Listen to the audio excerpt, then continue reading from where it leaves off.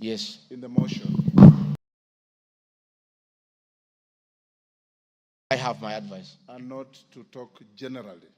I know. Yeah, so rules of relevance will still apply to you as they apply to all members. Mr. Speaker, the motion before this great House alleges that 2 years ago, since assuming office, I have acquired property and wealth whose estimated value of 5.2 billion shillings. A significant number of properties to which this sum of 5.2 billion is erroneously and maliciously attached belongs to my late brother, the late Honorable James Derito Gachagua, and as demonstrated by his will, a copy of which is attached. The fact as follows. Olive Garden, my response. The allegations that I own the Olive Garden Hotel is false. The truth is that Olive Garden Hotel used to belong to my deceased brother, the late Honorable James Derito Gachagua, and therefore has never been my property. This is information that most of you may be aware as it is in public domain. Upon his demise, my late brother left a will in which, in his recognition that I can take care of his family, he appointed me as one of the executors of his estate. In the said will, my late brother directed that the hotel should be sold, among other properties and proceeds distributed as per the will. I'm also listed as a beneficiary together with other persons named therein. In accordance with these instructions, the hotel was sold by the executors to a third party. Owing to the above, I do not own the hotel and have never owned it contrary to accusation in the motion. For the benefit of this august House and the general public, I have annexed to this response copies of the following supporting documents. My late brother's will, sale agreement dated 17th May 2023, an official search for Olive Garden Hotel Limited. Mr. Speaker, Vipingo Beach Resort, just as in Olive Garden, above this allegation is also false. Vipingo Beach Resort belongs to the estate of the late James Derito Gachagua. For the benefit of this House and the general public, I have attached annexed to this response copy of the official search for Vipingo Beach Resort Limited, confirming that the hotel is still in the name of my little brother's estate. Queen's Gate Service Apartments. The allegation is also false, as the property belonged to my late brother. Queen's Gate Service Apartments, registered in the name of Vipingo Beach Resort Limited, was sold to Cooperative Bank of Kenya Limited, Staff Retirement Benefits Scheme, as evidenced by the agreement for the dated 4th May 2022 and a transfer dated 5th October 2022, marked Annex RG6. Land parcel Ruguru, Kiamariga 2023 in Madeira East constituency, which have originally constructed a helicopter landing facility. My response is, I do confirm that I own the above referenced property, which is approximately 2.5 acres in size, and which I have planted napier grass for my dairy cows. I purchased the land in the year 2023 for 3.5 million from farm proceeds coming from my dairy farm. I have read through the motion, and there is no iota of evidence adduced of the impropriety in the way I acquired this small property. Finally, on this matter, I wish to confirm that there is no helicopter landing facility for this particular parcel on the motion. This part is also false. I attach a copy of the agreement for purchase of this property marked Annexure RG7. 40 acres of land purchased in Kakuret within Kabraine in Nyeri County. My response, I confirm that I own a property, having bought it in 2015, a time when I was not a state officer. I had not even been elected as Member of Parliament from the Honorable Joroge Wainaina, Member of Parliament for Kenny, who is present in his house, or I'm not sure whether he's present. Therefore, this property I purchased 10 years ago, and not 2 years ago during my tenure as Deputy President, and as indicated in the motion, the allegation is false. I have read through the motion, and there is no iota of evidence adduced of any impropriety in the way I acquired this property. For the benefit of this August House and the general public, I have annexed to this response copy of the agreement for sale and purchase of this property marked as Annexure RG 8. 80 acres of land in Meru County. For the record, I wish to confirm that I do not own 80 acres of land in Meru. This allegation is false. However, in the spirit of full disclosure, I would like to confirm that I have purchased 29 acres of land in Meru, the land of my mother, which I bought on around 9 February 2024 through a loan granted to me by Solution Circle Limited, which I am a member. This said circle has a charge registered against the title, which it continues to hold as security until I fully repay the loan. For the benefit of the August House and the general public, I have annexed to this response copies of the agreement of sale marked RG 9 and a letter dated 15 July 2024 from Solution Circle Limited confirming that they financed the purchase of the property marked Annexure RG 10. Dairy farm in Nyandarua County. My response is I do not have a dairy farm in Nyandarua County, therefore this allegation is false. The land in Nyandarua has no single animal. Companies. The motion alleges there are 22 companies owned by my family members and which have been used to massively launder money and conceal proceeds of crime, corruption, and benefit from influence peddling. My response is the mover of the motion has listed the 22 companies associated with me and has alleged that they have been used to massively launder money and conceal proceeds of crime, corruption, and benefit from influence peddling. I have carefully gone through the motion and I have not seen any evidence to support or prove the allegations therein. It is not clear to me how to respond without having seen any evidence incriminating the companies. I would like to be clear that these companies have not been involved in any illegal activities, and I believe that is why the mover of the motion has not tabled any evidence of impropriety with respect to the companies. It does appear to me that the mover of the motion was so meticulous to get all the companies associated with me and my family, and I believe that he also had evidence of illegalities committed by the companies, he would have shared or tabled that for the record. However, it is not possible to get evidence of illegality where there is none. Having said the above, allow me just to mention a few companies because there are many. Regarding Gachagua Foundation, this is a foundation I incorporated in 2022, and I clarify that the foundation is a non-profit making entity with the sole objective of uplifting the lives of less privileged in society. This foundation therefore does not trade, and honorable members, you are aware that by law, a foundation cannot be used to trade. Since incorporation, the foundation has received a total of 12 million shillings, which has been utilized as per the schedule marked Annexure RG 11, which is paying school fees for children in Pwani University and other universities across the country.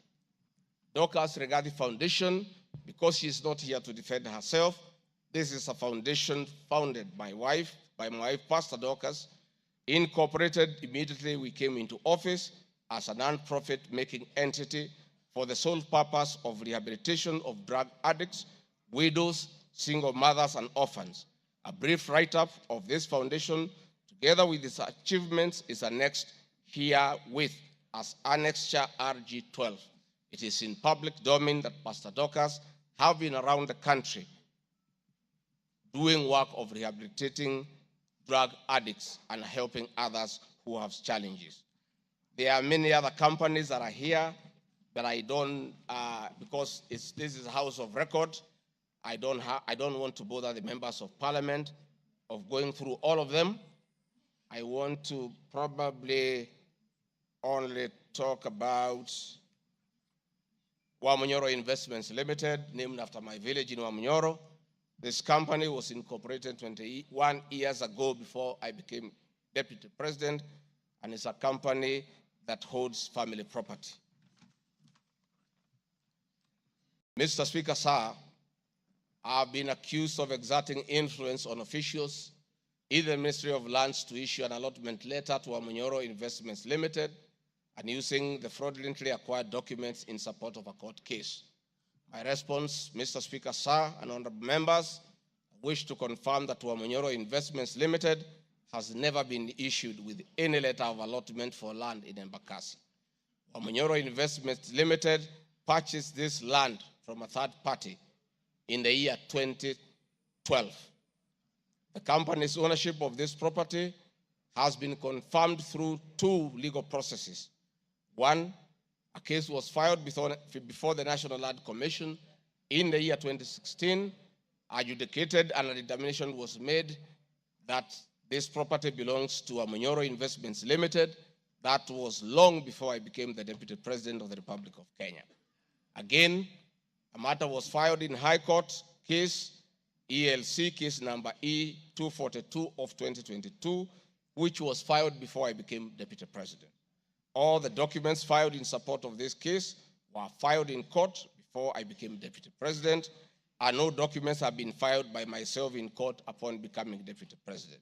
This being the case, it is not true that I have used my office as Deputy President to manufacture documents filed in this matter. The High Court found that this land legally belongs to Amunyoro Investment Limited and issued the appropriate direction. This matter has since been challenged in the Court of Appeal. I invite any honorable member who may want to be enjoined in this case to have the liberty to do so. Mr. Speaker, sir, I have been accused in the irregular procurement of mosquito nets at a cost of 3.7 billion. In response to paragraph 45 of ground 7 at page 23 and 42, paragraph 78 and ground 11 and page 36, 37 or 42 of the impeachment motion, I wish to respond as follows. It is not true, as claimed in paragraph 3 of the witness affidavit of Andrew Molwa, that I was involved in the KEMSA 3.7 billion irregular procurement of malaria nets, either directly or through proxy.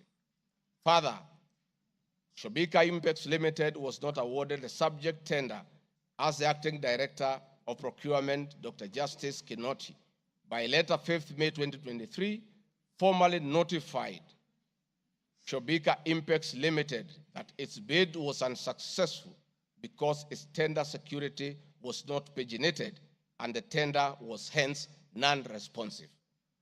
That is clear at paragraph 4 of the witness affidavit of Andrew Morwa.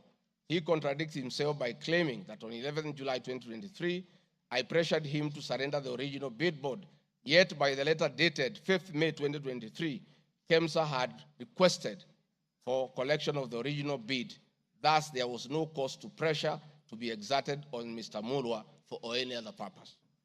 I am aware of a foreign company known as Shobika Impex Private Limited, domiciled in India, and which appointed Crystal Kenya Limited as its local agent in the year 2014, that is 8 years before Rigathi Gachagua became the Deputy President.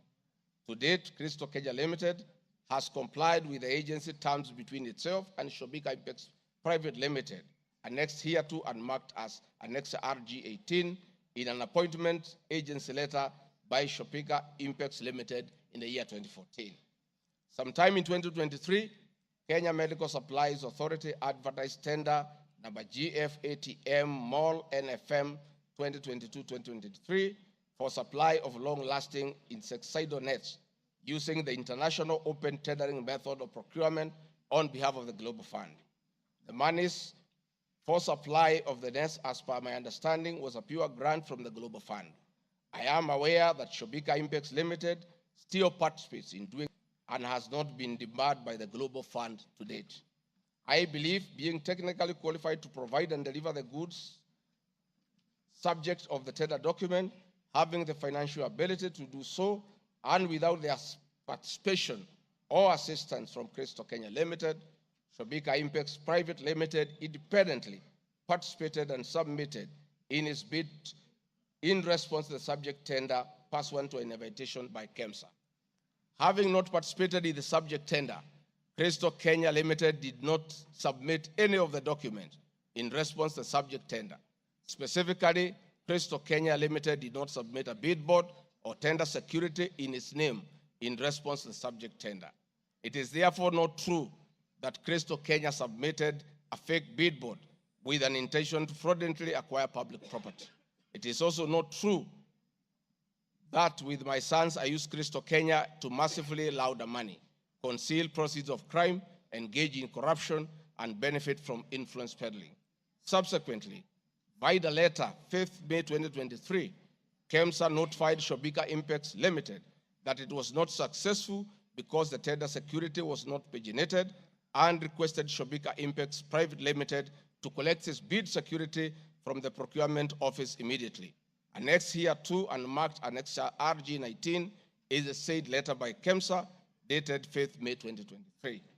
However, EACC commenced investigations of the subject tender, and on conclusion of the investigation by EACC and the Senate on the subject tender, KEMSA CEO Terry Ramadhani, who had been suspended on this issue, was appointed Kenya's Deputy High Commissioner in New Delhi, India by President William Ruto.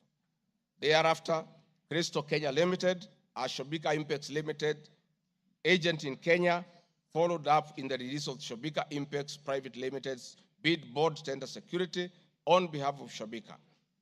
Annexed here to and marked Annexure RG20 is an email from Shobika Impex Private Limited email addressed to Crystal Kenya Limited, together with a letter of even date confirming that Crystal Kenya Limited had authority to collect their bid board.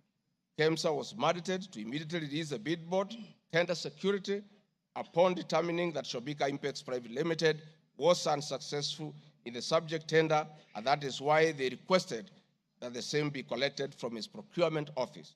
KEMSA did so, as can be seen in its letter dated 11th July 2023, annexed here to and marked Annexure RG21 in the said letter by KEMSA dated 11th July 2023.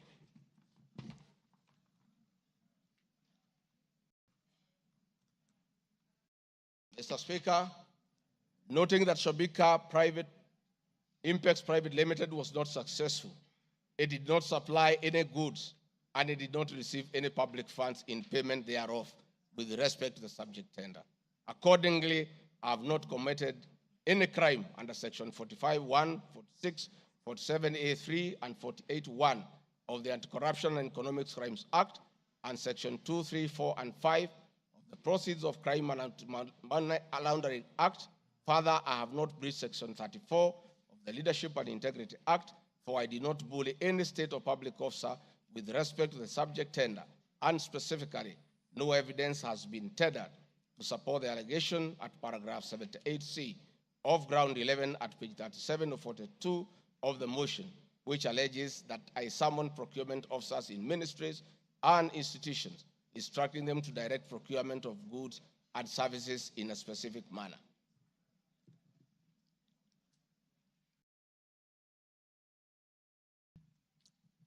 I have been accused of unnecessary and expensive renovation of the official residence of the Deputy President in Karen and Mombasa.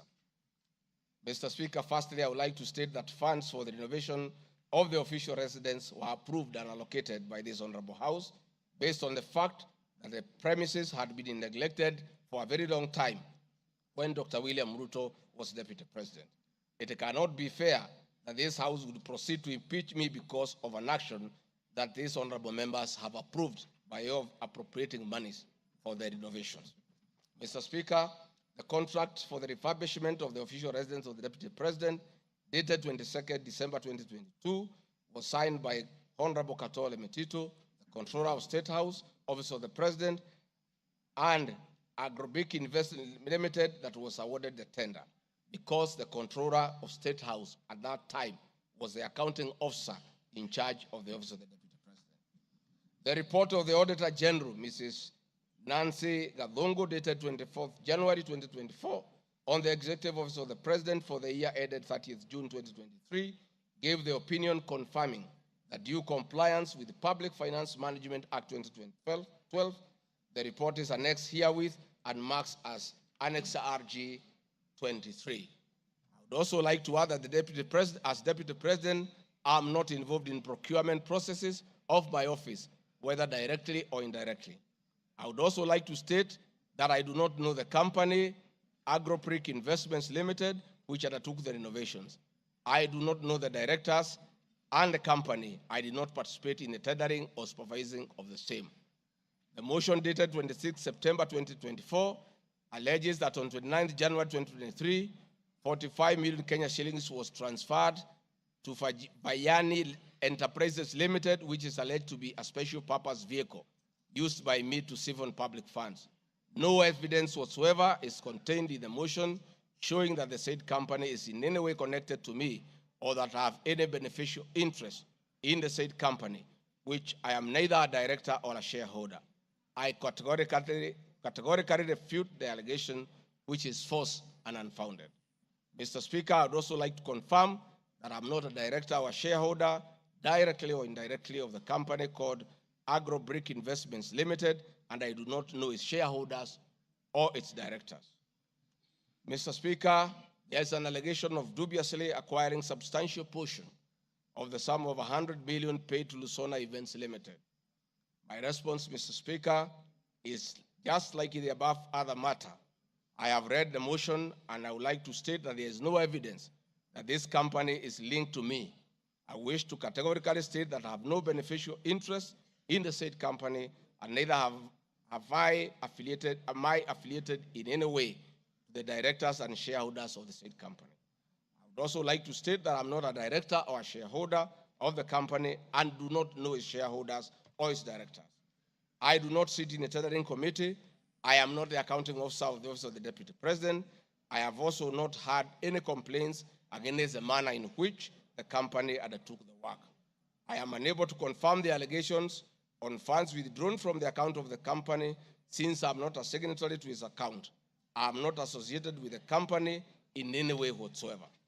Mr. Speaker, the motion dated 26 September 2024 claims that I am reasonably suspected to be the principal beneficiary of the dubious transactions. However, Mr. Speaker, no evidence has been adduced or annexed to the motion to give credit to the allegations or suspicion. I categorically refute acquiring or benefiting from any funds paid to Lusona Events Limited, and therefore the allegation is false and unfounded. Mr. Speaker, I have been accused of siphoning money through St. Nicholas Rehabilitation and Industrial Training Institute Limited.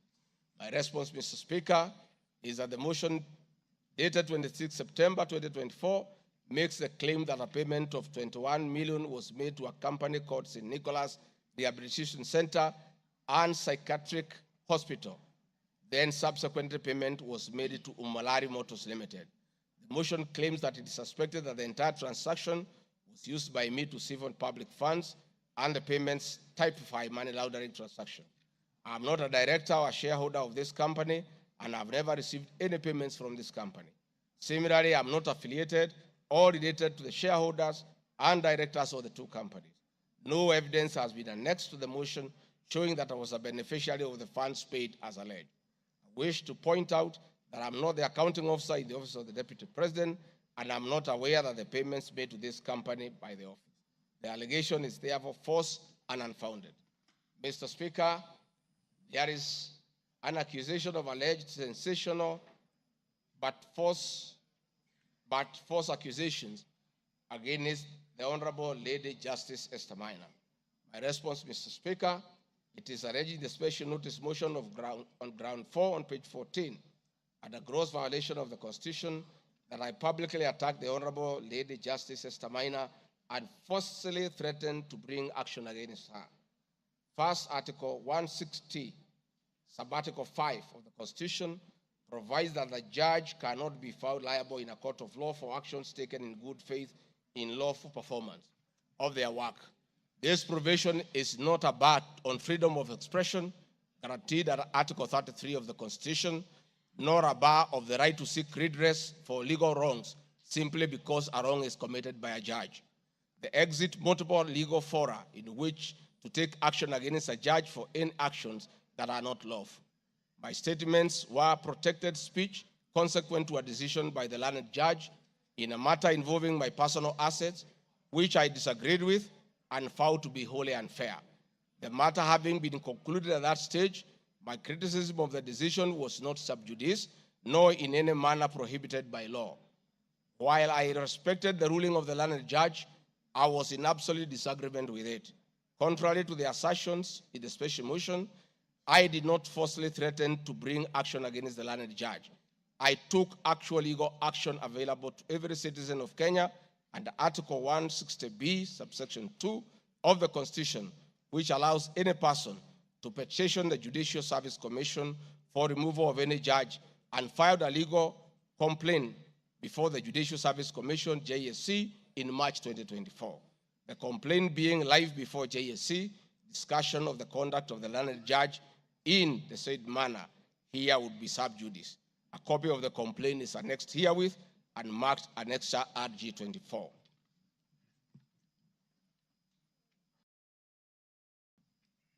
Mr. Speaker, I have been accused of diverting materials meant for construction of Kilifi Malindi Highway to tarmac a private road to Vipingo Beach Resort.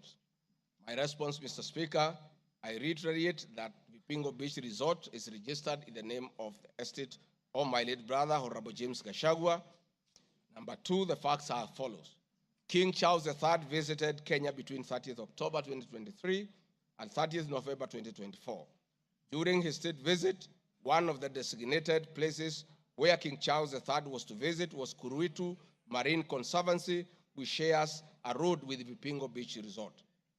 I have annexed a copy of the program for the state visit to Kenya by King Charles III, marked as Annex RG 25, which at page 13 on items 63 and 64 shows his departure and arrival at Kuruitu Marine Conservancy. There are several media reports confirming the visit by King Charles III to Kuruitu Marine Conservancy. I have annexed extracts of the media reports by the Star newspaper dated 7 November and by African News marked as Annexure RG 26. My understanding is that the road to Kuruitu Marine Conservancy was upgraded in respect of this visit, which also to benefit the local community, including amenities like Cheriani Secondary School, Cheriani Primary School, a mosque, and a public market as part of the corporate social responsibility. I wish to point out that the alleged road, that is Takaungu Shariani Vipingo, is a public road and not a private road leading to any property associated with the Deputy President, but a public road. Mr. Speaker, I have been accused of undermining the President and the Cabinet by allegedly making contradictory public statements from the position taken by Cabinet regarding the evacuation of the people residing along the Nairobi River. My response, Mr. Speaker, is that Article 147 of the Constitution provides that the Deputy President shall be the principal assistant of the President and shall deputize the President in execution of the President's functions.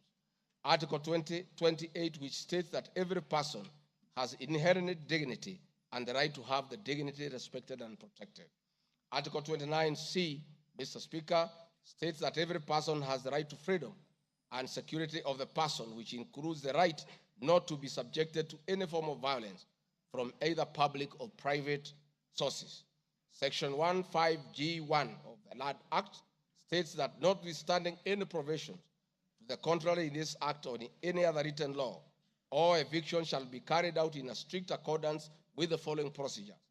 Be preceded by proper identification of this taking part in the eviction or demolitions. Be preceded by the presentation of formal authorizations for action. C, where groups of people are involved, government officials or their representatives be present during an eviction. D, be carried out in a manner that respects the dignity, right to life and security of those affected. E, include special measures to ensure effective protection to groups of people who are vulnerable, such as women, children, the elderly, and persons with disabilities, including special measures to ensure that there is no arbitrary deprivation of property or possessions as a result of the eviction. This includes mechanisms to protect property and possessions left behind involuntarily from destruction, to respect the principles of necessity and proportionality during the use of force, and give the affected persons the first priority to demolish and salvage their property. Critically, our Constitution provides at 147(2) that first the Deputy President shall perform the functions conferred by this Constitution and any other functions assigned by the President. Pursuant to Article 3 of the Constitution, I, as well as every other citizen of Kenya, and state or public officers have an obligation to respect, uphold, and defend this Constitution in performing any of my functions.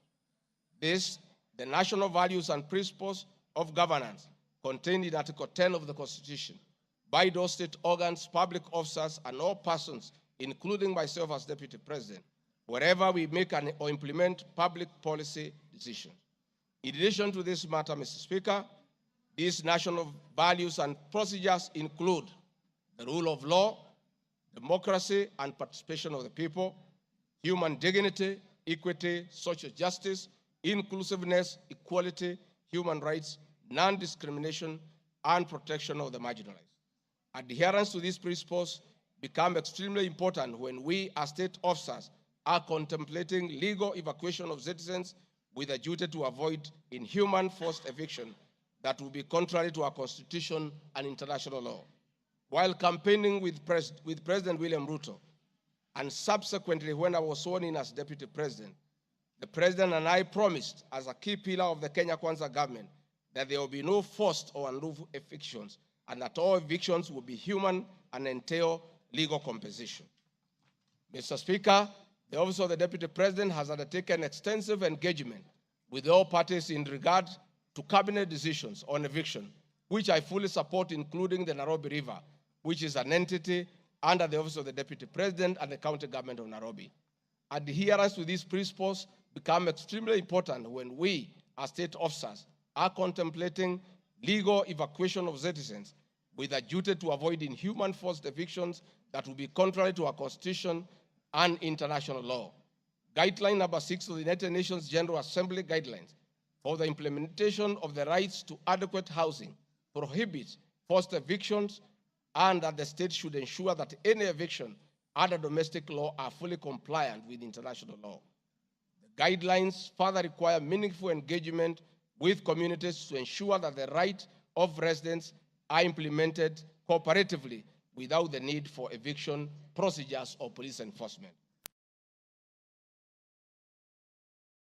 Of government directives on the eviction, save for the fact that on being informed that the persons residing along Nairobi River would be evicted and paid 10,000 shillings only, which I and many other Kenyans felt was inadequate compensation for eviction.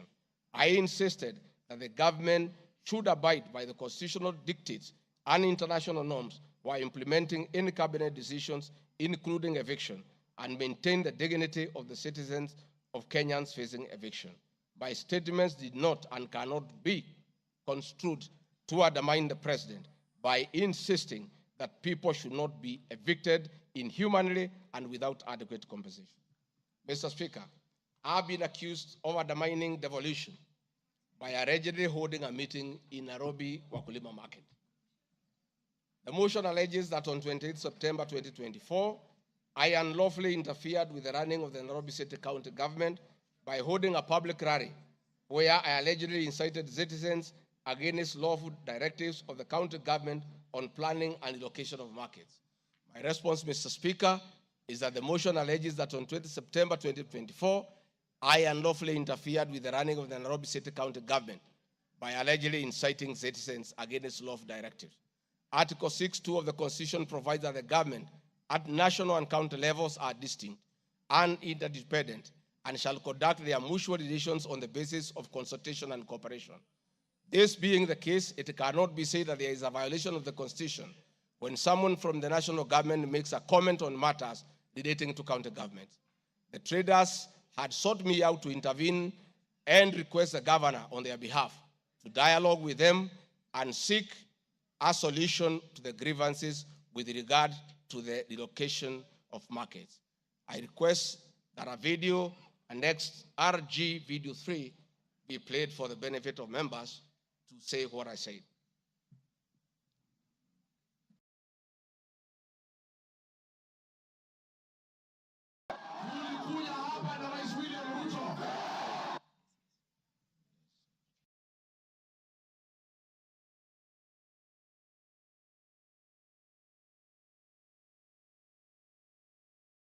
Please play the video for us.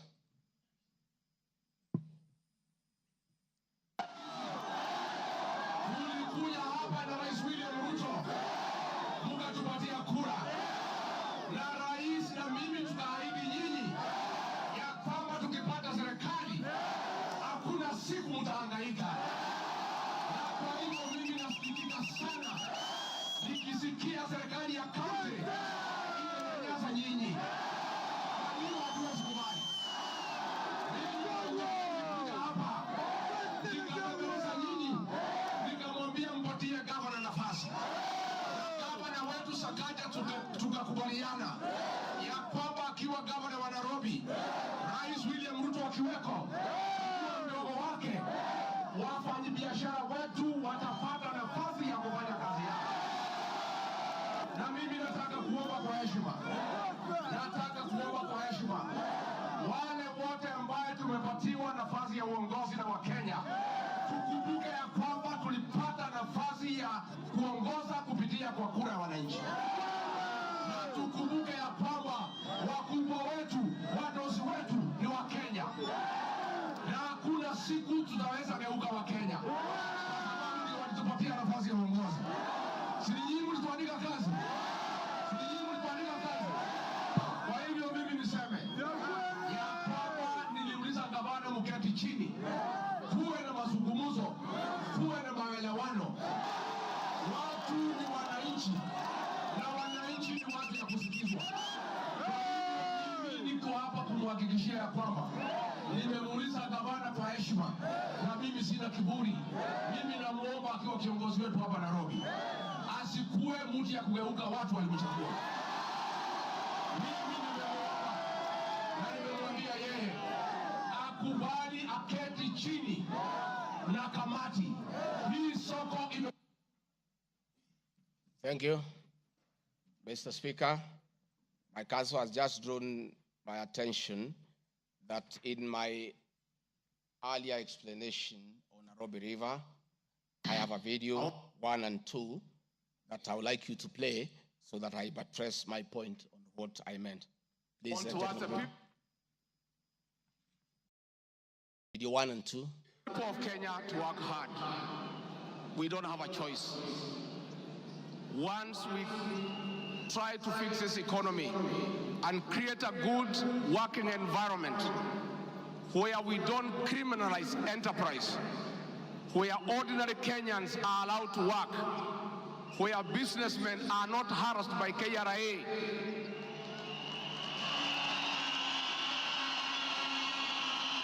where goods belonging to the people of Kenya will never again be touched by overzealous public servants.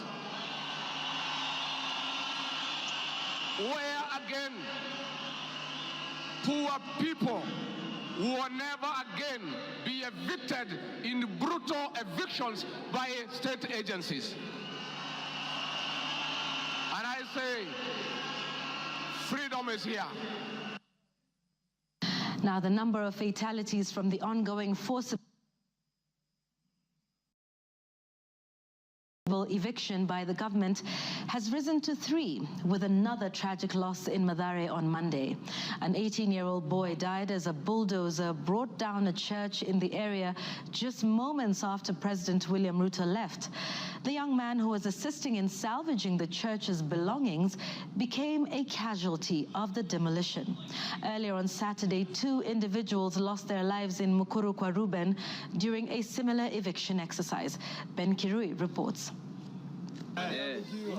Monday evening, the ongoing forcible evictions in flood-prone areas tragically ended yet another life. The 18-year-old Ian Otieno lost his life in Mathare moments after President William Ruto left the area where he had been assessing the effects of floods.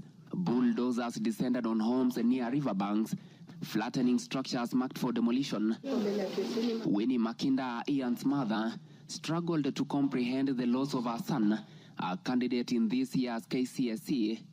Wakaambia mtu atingatinga usiangushe hiyo kuta.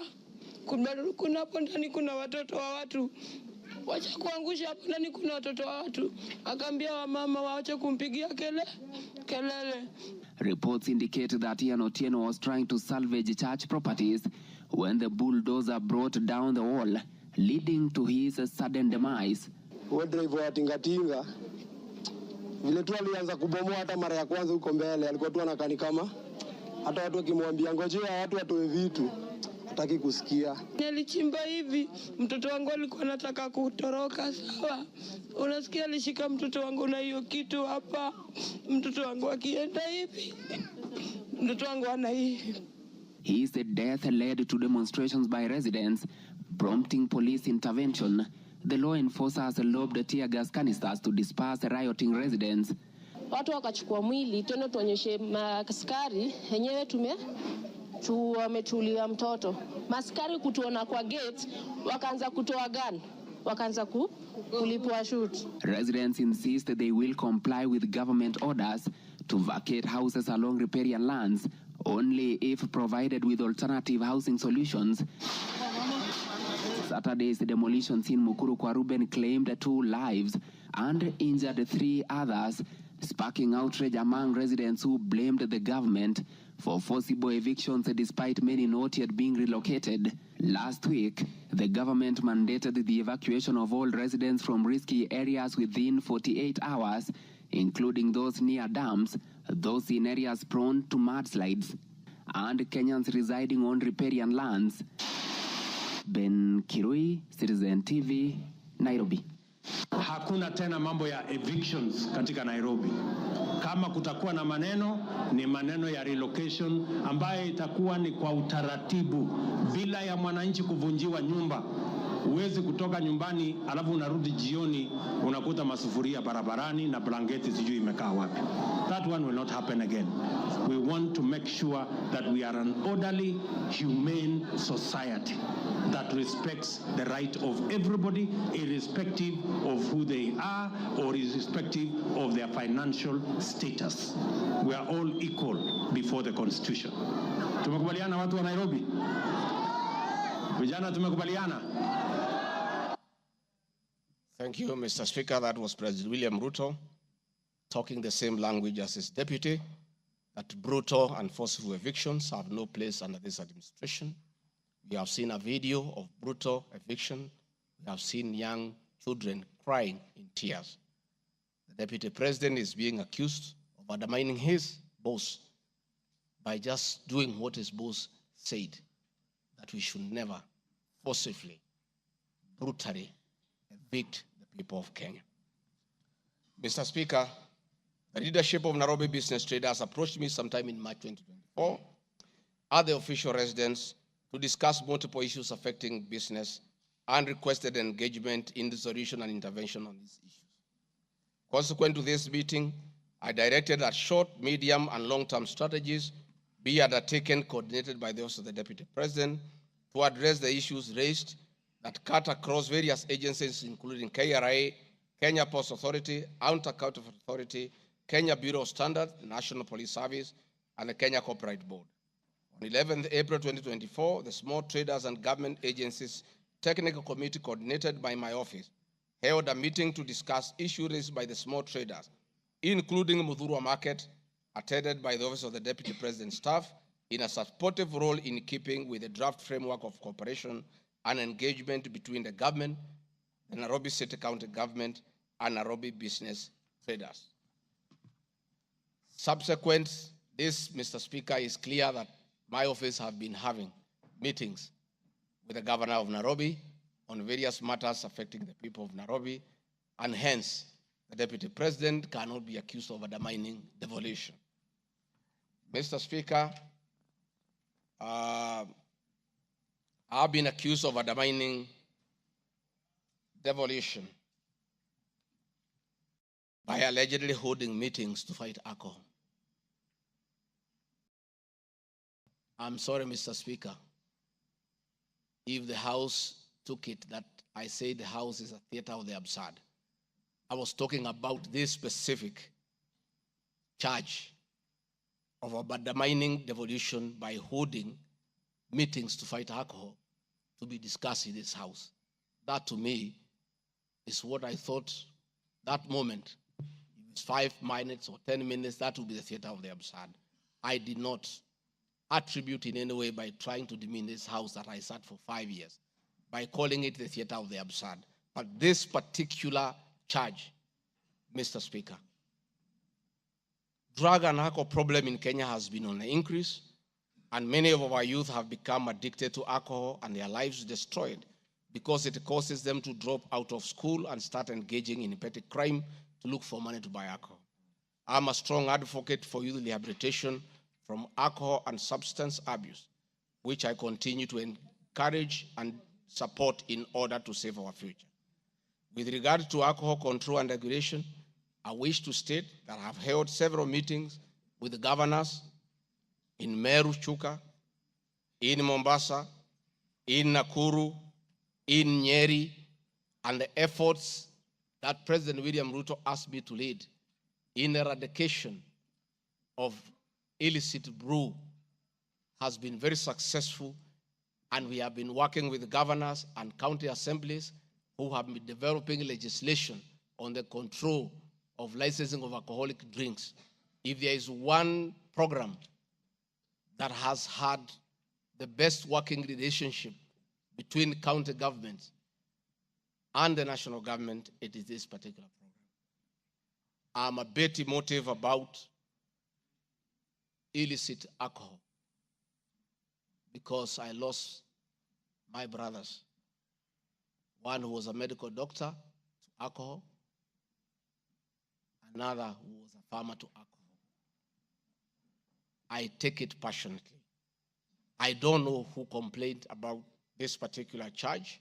I have not seen any evidence of any complaint, and I have not had any person in Kenya complaining that the deputy president is undermining with the devolution by leading the war on illicit brews and drug abuse.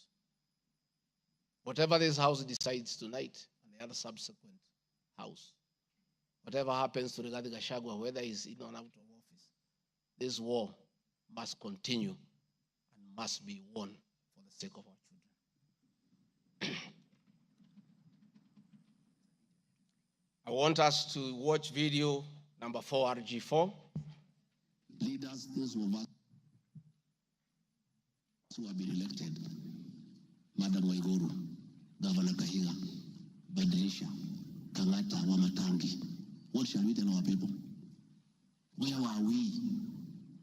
What shall we tell the people who elected us?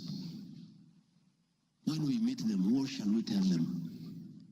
When our children got wiped out by alcohol and drugs, where are we? We'll have nothing to say. Dede Nyoro, Kimani Ichung'wa, Madenge, mutaambia watu nini? Mukami, mutaambia watu nini? So please, this forum here today, let us be open and candid. Speak from your heart. Let us know what ails us. What is it must we do? We have the support of the president, and he is waiting. He has told me by 7 p.m. today, he wants a report. He cannot accept this situation. He cannot. Neither can I. And none of you should accept this situation. It is not right. It is not fair. It is not acceptable. We must deal with it as leaders. And we are here, we are all leaders. As an OCS, you are a leader. That's why you have been given that responsibility. As an ACC, you are a leader. County Commissioner, wewe ni kiongozi. DCIO, wewe ni kiongozi. Sisi ni viongozi. Na juu ya hayo, sisi ni wazazi. Tafadhalini, tukubaliane, tutafute suluhisho. Na tukipata, tuende tufanye kazi. It is possible. It is doable. It is something that we can do. Thank you, Mr. Speaker. It's very clear that the meeting had all governors, members of parliament who are present here today, policemen, everybody, and we are all in agreement that the war must be won. It cannot, but the deputy president should be impeached for leading the war on alcohol. Sensational statements against the National Intelligence Service, its Director General, and officers. Mr. Speaker, during the assumption of office, I took an oath of allegiance in the following terms. Oath or solemn affirmation of allegiance to the President, Deputy President. In full realization of the high calling, I assume as Deputy President of the Republic of Kenya, I do swear solemnly affirm that I will be faithful and bear true allegiance to the Republic of Kenya, that I obey, preserve, protect, and defend this Constitution of Kenya, as by law established, and all other laws of the Republic, that I will protect and uphold the sovereignty, integrity, and the dignity of the Kenyan people. So help me God. That is the oath that I took in Kasarani. Article 239, Article 3 of the Constitution provides that in performing their functions and accessing their powers, the national security organs and every member of the national security organ shall not act in a partisan manner, further in the interest of a political party or cause, or prejudice a political interest or political cause that is legitimate under this Constitution. Article 239, Sub-Article 5 of the Constitution provides the national security organs are subordinate to civilian authority. In relation to this allegation, I wish to state that the National Intelligence Service holds a very critical role in ensuring the safety and security of our country. They are responsible for gathering intelligence and share it with all our law enforcement agencies to ensure that the country is safe at all times.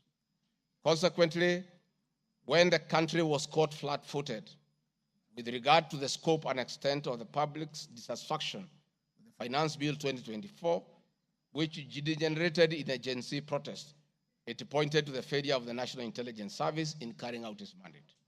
I am persuaded that the National Intelligence Service ought to have known beforehand that the public was completely opposed to the finance bill, and they ought to have briefed the President before the protest began, and this would have caused a change of tact by government regarding the proposed bill, and the protest which culminated in the loss of innocent lives and destruction of property could have been avoided. Hence, I expressed my opinion on this in my public media briefing in Mombasa, and my utterances were not any different from what happens in other countries when there is a lapse or failure by the intelligence agencies.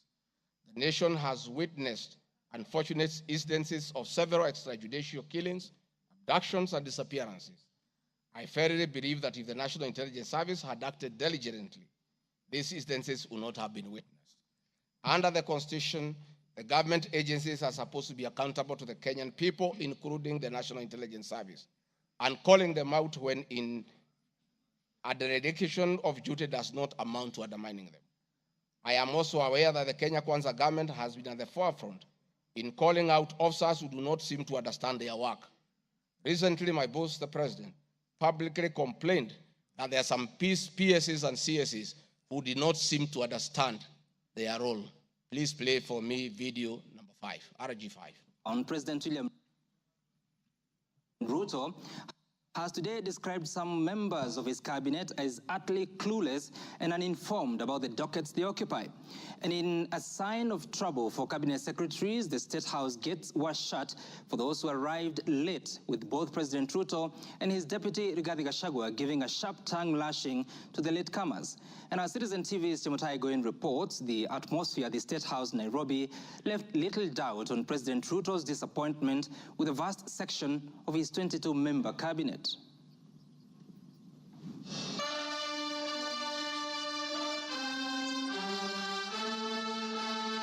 A cold morning in Nairobi, but the seats on the State House grounds came ultra-heated, particularly for cabinet secretaries. The cabinet members came here to sign performance contracts, but the oral appraisal of the day spurred anything between trouble and outright doom. If you cannot keep time with your employer, you have basically dismissed yourself. I mean, it's just as simple as that. So, for those who came late, who are members of the executive, I will be expecting a written explanation, and it should not include matters of traffic. Punctuality was at issue, with some cabinet secretaries being locked out of State House for lateness And from the podium, the president and his senior lieutenants were unforgiving. Niona watu wale wamechelewa, nikaona rais unaniona ninamjua.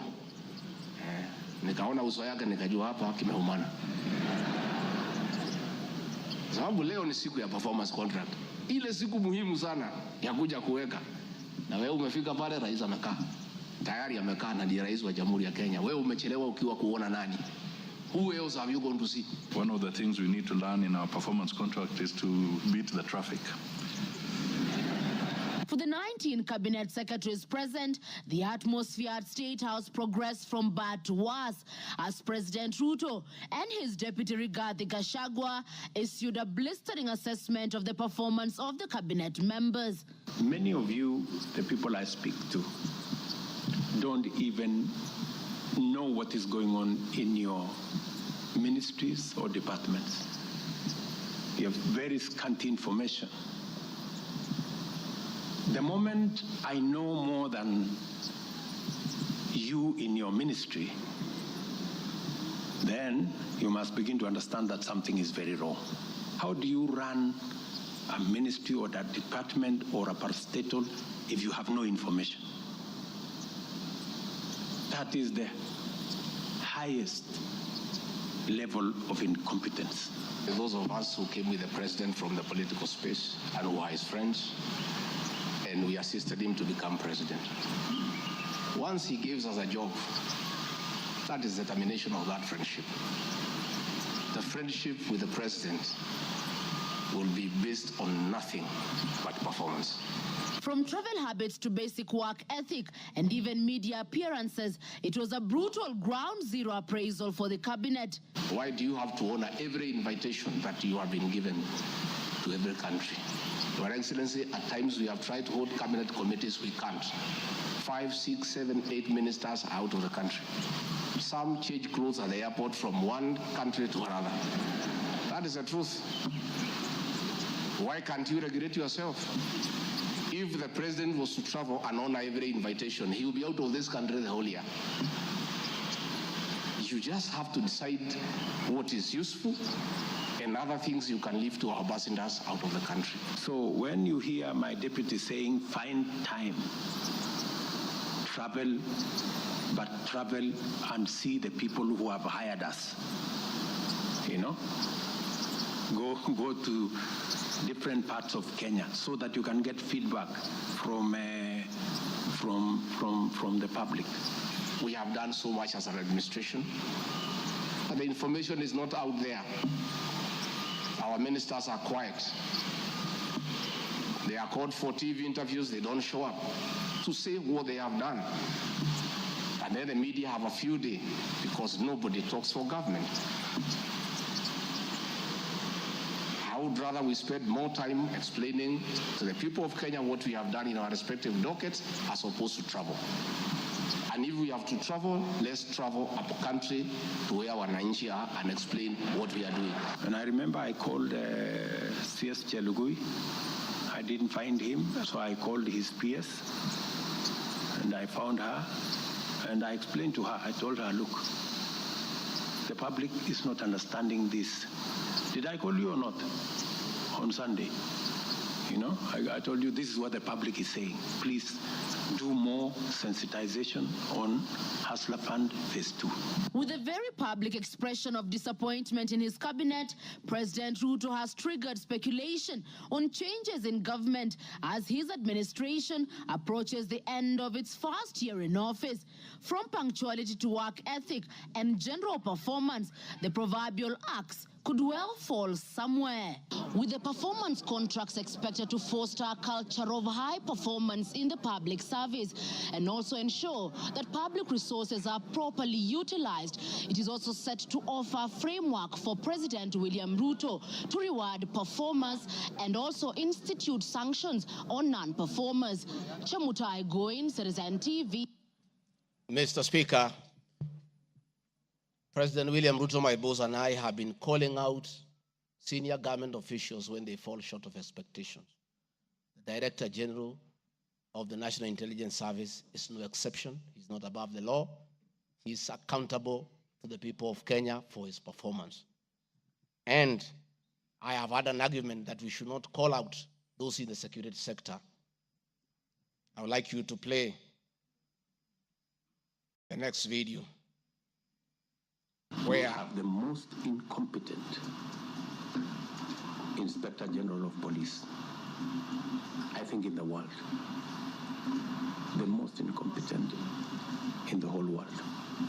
His incompetence may not necessarily play out when things are working, but when things get to a head and you need some decisions to be made,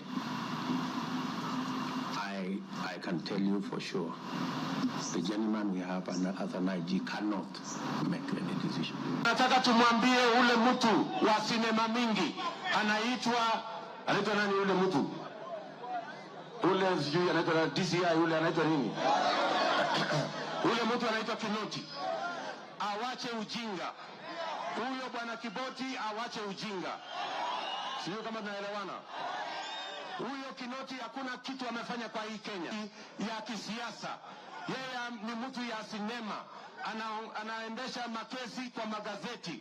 Anatuandikia barua, sijui barua ya kilomita ngapi. Mr. Kinoti, please save your time. Stop writing to us long letters. Leave matters of elections to IEBC.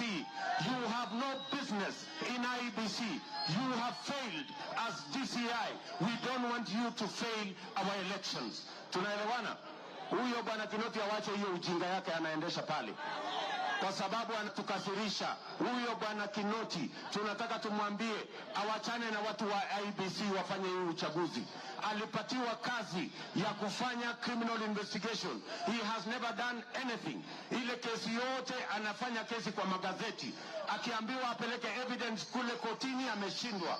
So bwana Kinoti, wacha sinema. You have failed and wait for August so that you can. Honorable members, that was President William Ruto as Deputy President criticizing IG Mutiabai, DCI Kinoti. Rigathi Gachagua has learned his job from his boss, that public officers must be called to order when they fell short of expectation. And I never saw anybody bring William Ruto here for impeachment for criticizing the IG or the DCI. This is a very unfair allegation. Mr. Speaker, it is also reported by media that the IMF has already warned about impending unrest during the people's dissatisfaction with the 2023 and 24 finance bill. Many of you will recall, Mr. Speaker, after the September 11th terrorist attack in the US intelligence agencies were massively criticized, and an inquiry was even opened to investigate why their intelligence agency was not able to detect and thwart the attack. All we are saying is that our National Intelligence Service is accountable to the people of Kenya for its performance. Mr. Speaker, conniving with cartels in the tea sector to block KTDA from implementing guaranteed minimum return, Mr. Speaker, I am here to see a shred of evidence to that effect, and I have nothing to say. I have seen an allegation that we have not been able to do coffee reforms. Mr. Speaker, out of my work, coordinating coffee reforms, the Cooperative Bill 2023 and the Coffee Bill 2023 is before this House. I request this House, after these impeachment proceedings, to embark on those two bills so that the coffee farmers can realize the full benefit of the coffee reforms that we have initiated. There is another allegation that I have taken control of a local cooperative society in Madeira constituency. I don't know the name of that constituency, of that cooperative. It is false. I am here to see any evidence. I have nothing to say because there is nothing to be said. On the issue of shareholding, which I think members are interested in listening to, I listened to you this morning, and it was quite emotive. By virtue of provisions of the third schedule of the Political Parties Act, the constituent parties of the Kenya Kwanza Coalition entered into various agreements, which were deposited with the Speaker of the National Assembly and the Speaker of the Senate for purposes of Article 108 of the Constitution of Kenya. The following were members: UDA, ANC, Ford Kenya, PA, Farmers Party, Chama cha Kazi, Communist Party, Economic Freedom Party, Service Party, Tujibebe wa Kenya Party, Umoja na Maendeleo Party of Kenya, and the Democratic Party of Kenya. In accordance with the provision of Clause 3, Schedule 3, a power sharing agreement and development agenda for the certain regions of Kenya, I attach copies of these agreements, RG 32. All those agreements talked about specific regions. The leaders who appended their signatures canvassed issues of appointments to do with specific regions. Power sharing agreement between UDA and ANC and Ford Kenya, for example, say that the UDA would nominate the coalition president, the presidential and deputy presidential candidates that was honored. The president would guarantee the stature, the dignity, and financial and operational autonomy of the office of the deputy president, which I have been insisting on because it's part of the coalition agreement. The ANC would be allocated the position of the prime cabinet secretary, which has happened. Ford Kenya would be allocated the position of the Speaker of the National Assembly, and that is why Honorable Masika Wetangula sits here today. In accordance with Article 2 of the Power Sharing Agreement, ANC and Ford Kenya would have a 30% share is a word, of the national government positions. This drives my utterances about shareholding. It is embedded in all these agreements that are attached here for you to read. I heard this morning an honorable member saying that the deputy president said the people of Ukambani will not get resources because they did not vote for Kenya Kwanza government. That is not true. The deputy president of the Republic of Kenya does not allocate resources. Resources for the development of the Republic of Kenya are appropriated by the National Assembly of Kenya, where I am today. The deputy president will help the president to oversee the implementation of funds allocated and appropriated by the National Assembly. It is therefore not possible that the deputy president of the Republic of Kenya has the capacity to deny any part of Kenya resources because of the way they voted. The decisions on how resources will be allocated for the development of the Republic of Kenya are made here by the honorable members. If your area has no development, please don't impeach the deputy president. Don't accuse him of not giving you resources. You are in this house to make sure that your area where you come from is allocated appropriate resources, because that is your job. The agreements are attached, therefore I don't want to go into them. Let me say my speeches on the shareholder issue were informed by the aforesaid power sharing covenants, which are founded on law, having been deposited with the Registrar of Political Parties, and lessons learned from the well-known disputed 202 NAC power sharing agreement. Further, sharing agreements are a feature of government formation in all democracies in the world that provide for the formation. My pronouncements on the issue, properly understood, are not only anchored in law, but entirely harmless and incapable of being construed as a basis for ethnic animosity, a danger to national cohesion, or a threat to national unity. On the contrary, coalition building has been one of the most important innovations since the disputed 2007 elections in ensuring stability, equitable sharing of political power, national cohesion, and fostering of national unity. Indeed, Kenya Kwanza main opponent in 2022 general election as Miola Umoja Coalition One Kenya Coalition Party was a political party consisting of 25 political parties who also executed a power sharing agreement based on shares. I'm also aware that the Jubilee Coalition that executed a 50-50 power sharing agreement between TNA Party and URP Party for 2013 general election. I have thus not violated Section 13(1)A and 62 of the National Cohesion Integration, nor has this commission summoned me to explain any of my comments and how it can affect cohesion.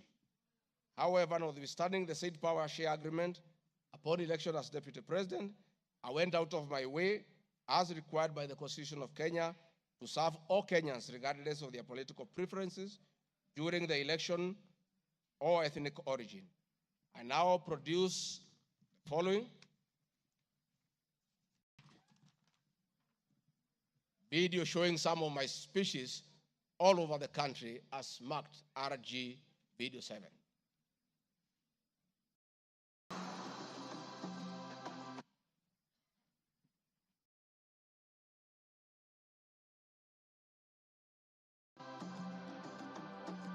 We want to confirm to the people of Nyanza that the Ruto administration will serve all Kenyans, those who elected us and those who did not. Kenya hii kila mtu afanyiwe kazi, kwa sababu kila mtu nalipa kodi. Mimi sikusema Kenya ni ya shareholders. Nilisema serikali, mkiunda serikali, wale wanakusaidia kuongoza, unatakiwa uweke wengi wale walikuwa na wale walielewa manifesto yako.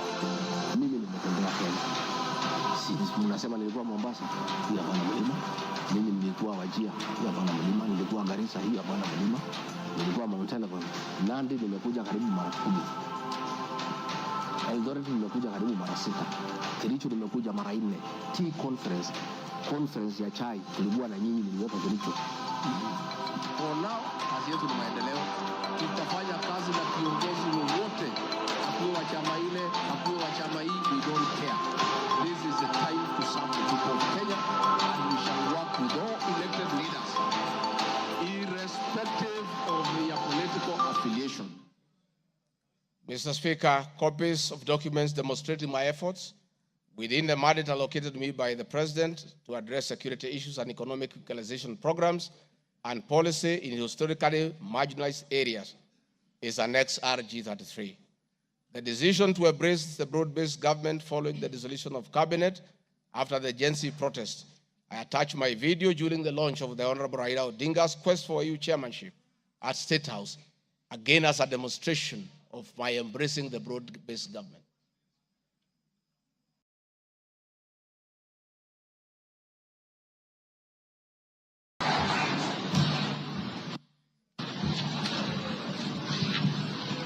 Your Excellency, Dr. William Ruto, President of the Republic of Kenya and Commander-in-Chief of the Defense Forces, Your Excellencies, Heads of States and Government present, Your Excellencies, Ambassadors and High Commissioners and members of the Diplomatic Corps, Heads of Delegations, Members of Parliament and all dignitaries present, good morning. Your Excellency, let me say this is a great moment for our country. What a day, what a moment. We are here, Your Excellency, as a country to unveil Kenya's finest to go and lead Africa. It's a proud moment for this country.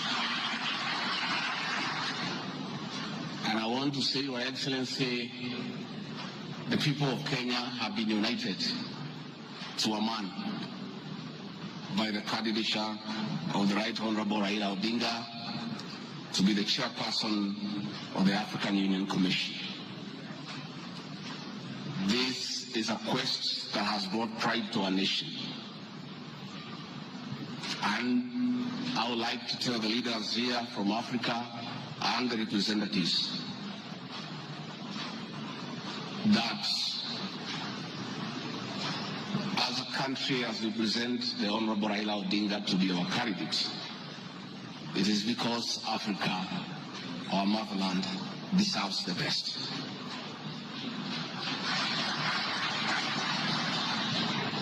The passion and zeal of the Right Honorable Raila Odinga in Pan-Africanism is well documented. Passion knows no age, knows no limit. In the person of the Right Honorable Raila Odinga,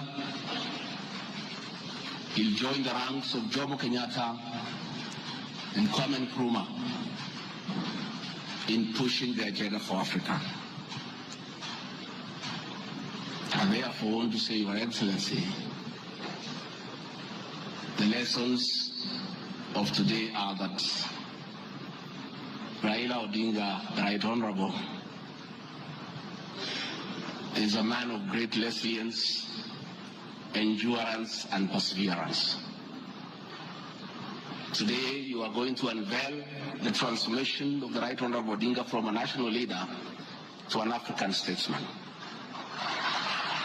And for us in leadership, we have learned great lessons of resilience, endurance, and perseverance. Somebody may ask, why is Rigathi Gachagua, who has before had issues with the leadership of Raila Odinga, as a truthful man, had nothing against him. It's only that we were competing for the same position between him and my boss. Now that he is going for a bigger seat in Africa, all of us, from the president, I, and the rest of Kenya, are behind him. And the Right Honorable Raila Odinga, as a man who listens to the ground, let me confirm to you, I've listened to the ground, and all Kenyans across the political divide, across communities, are in support of your candidature, and we wish you well. Before I call Your Excellency, let me acknowledge the place of family, not just in our lives, but in leadership. I think it is a great moment for the Right Honorable Raila Odinga. It's appropriate that I acknowledge on behalf of the country the role Mama Ida Odinga has played in the life of this great son of this land. Mama Ida Odinga, we salute you as a country for having been a very strong pillar to your husband in very difficult times, and his lowest moments, you have always been there for him. We ask families to support their spouses. So Mama Ida Odinga, as we wish you happy birthday, it is my hope and prayer that your next birthday will be celebrated at Addis next year. And if you invite President William Ruto to come and he's not able to come, Mr. President, I'll be very happy for you to send me to represent you in that great birthday. We therefore want to say, as a country, it's a great moment. And the Right Honorable Odinga, I have noted with a lot of appreciation, my wife, Pastor Dorcas, who is a very prayerful woman, has been praying for me and the President daily. And I noted from yesterday she has added you in her prayer. And because her prayers work, we have no doubt that you will get this seat. Mr. President, it is now my honor to request you to come and anchor Kenya's finest and embark on the journey of transformation of the Right Honorable Raila Odinga from a national leader to a great African statesman. Thank you, Mr. Speaker. President William Ruto has many times appreciated my people issues and has repeatedly pronounced himself. Let me have the video number 9. And speaking of deputies,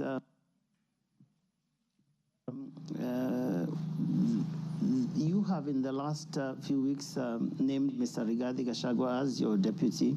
There's been quite a debate, and I'm sure you know that, around running mates in this country. Perhaps this would be a great time to shed light on why you settled on this gentleman. Rigathi Gachagua is somebody I have known. Rigathi Gachagua is a very passionate leader. Rigathi Gachagua is a people's person. He speaks about the things that I speak about. He speaks about ordinary people. He's concerned about matters to do with farmers. He's concerned about the things that are dear to ordinary Kenyans. And the nexus between me and Rigathi Gachagua is the people. He believes in bottom-up the way I do. And that is why I chose Rigathi Gachagua to work with me. Thank you very much. Speaking of deputies. Thank you very much, Mr. Speaker. In addition, and almost in conclusion, I am not the only leader at the national level who has encouraged unity among Kenyans based on shared regional, geographical, and economic and other factors. I have attached several articles. Luya unity is not optional, Moses Wetangula. Ruto puts case for Gema College in unity. Bijikenda unity in the offing. Masai leaders in unity talks ahead of next year's general election. I have attached those articles so that you understand that regions uniting does not mean they unite against other regions. They unite for common issues, common values, and to strengthen them to join other regions for national unity. Mr. Speaker, the motion dated 26 September 2024, tabled before the National Assembly, makes the generalized claims that have committed crimes under national laws, Proceeds of Crime and Anti-Money Laundering Act, Penal Code, National Cohesion and Integration Act as anti-corruption and economic crimes. It is on the basis of the claim that it is said that the threshold of impeachment has been met. I'm not aware of any active investigations by any state agency for offenses under the said laws, neither have I been called upon to record any state pertaining to any investigation.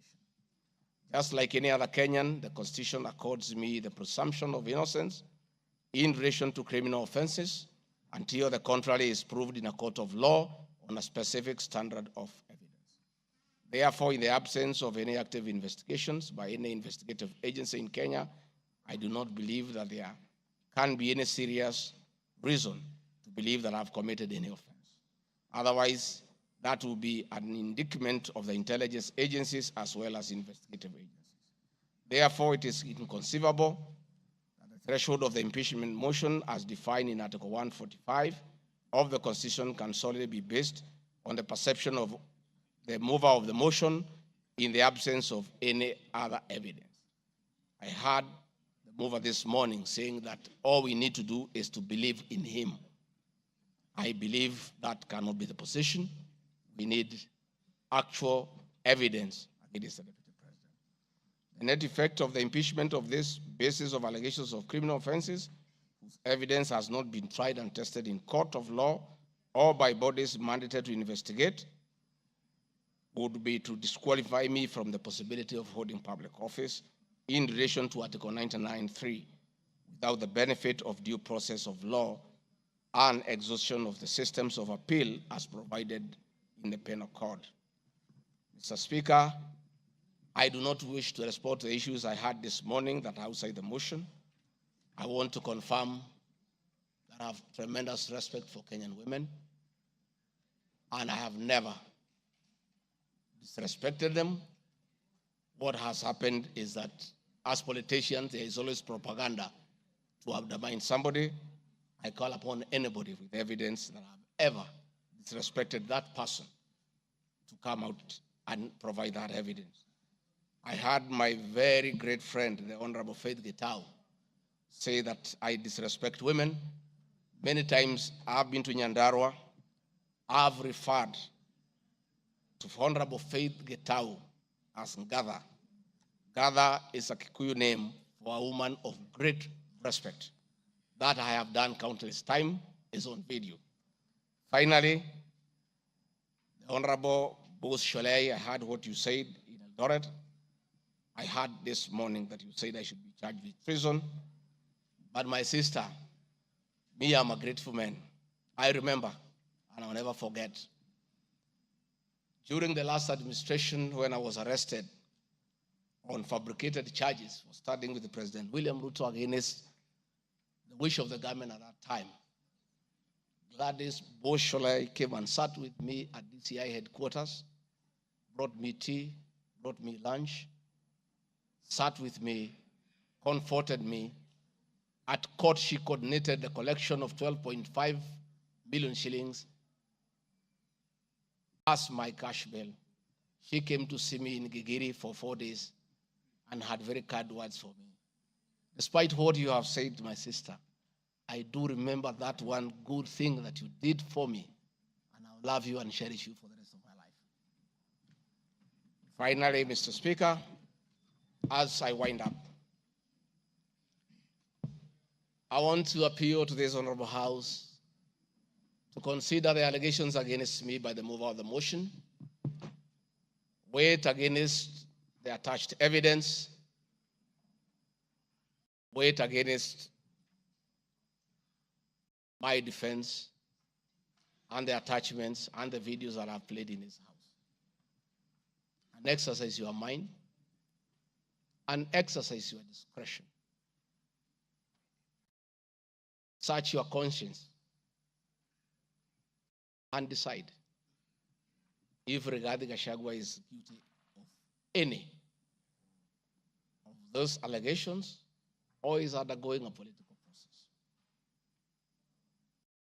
If you are so persuaded and you search your conscience without any intimidation or coercion or inducement, and you think it's the right thing to do, please go ahead and do so. If you search your conscience and listen to the issues that have been adduced here,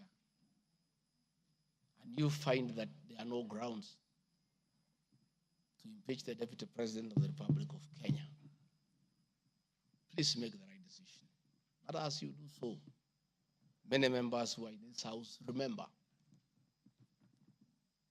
what President William Ruto as Deputy President went through.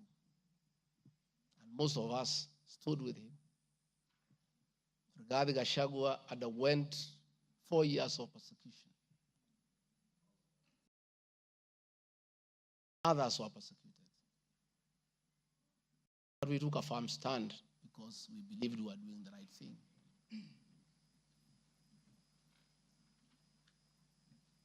His family underwent humiliation. His friends underwent humiliation. He was a haunted man. And on Inauguration Day, he pronounced himself that freedom is here. Again, under the new administration, the same Rigathi Gachagua, who underwent humiliation and persecution, finds himself in the same space under that administration that he fought for.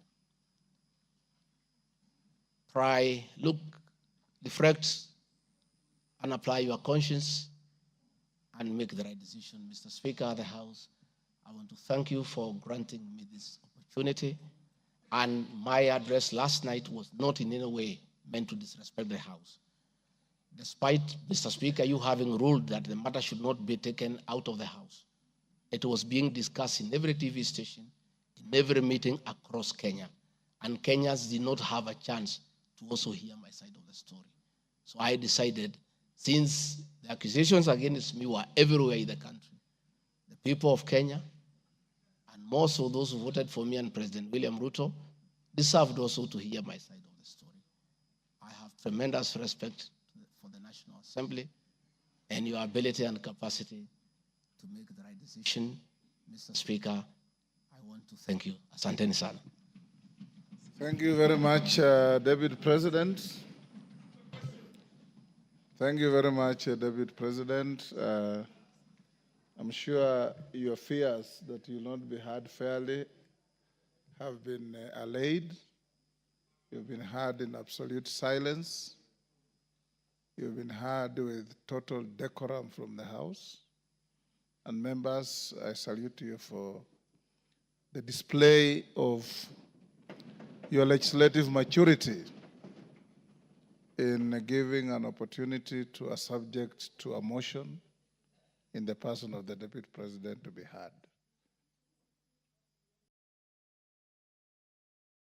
What is it, Rosa? The proceedings are still going on. Who is praying? Yes, Senior Counsel. These proceedings are still going on. Yes, indeed. Mr. Speaker, this is a House of Record, and I had wanted to rise under Standing Orders 65, 67A, and 67B. Two of those points you've already covered, Mr. Speaker. It is important that the record reflects that although the standing orders do not require that we listen to the witness in silence,